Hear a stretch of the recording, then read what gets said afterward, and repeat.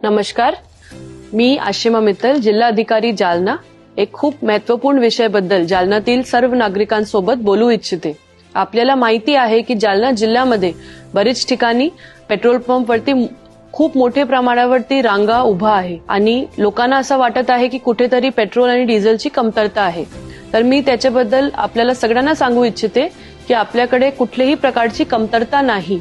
जे आपल्याला कमतरता वाटत आहे त्याचे कारण आहे की लोक आता 4 गुणा 5 पटीने पेट्रोल आणि डिझेलचा वापर करत आहे किंवा भरत आहे, म्हणून आपल्याला कमतरताचा आभास होत आहे. अगोदर आपल्याकडे 240 KLच्या सप्लाय व्हायचे आणि ते आपल्याकडे पूर्ण जालना जिल्ह्यासाठी परिपूर्ण प्रमाणे आपण त्याचा वापर करायचे.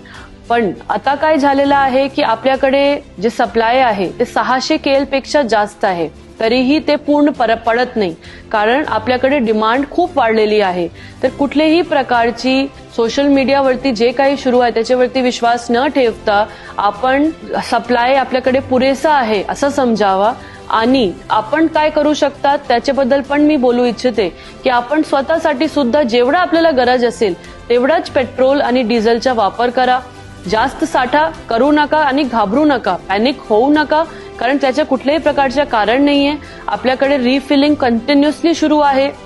तर मी सगळ्यांना हेच परत आवाहन करते की आपण पॅनिक होऊ नका आणि जेवढा पेट्रोल डिझेलची गरज आहे तेवढाच पेट्रोल डिझेल वापरा आणि आरामात आपला काम सुरू ठेवा. धन्यवाद. जय हिंद, जय महाराष्ट्र.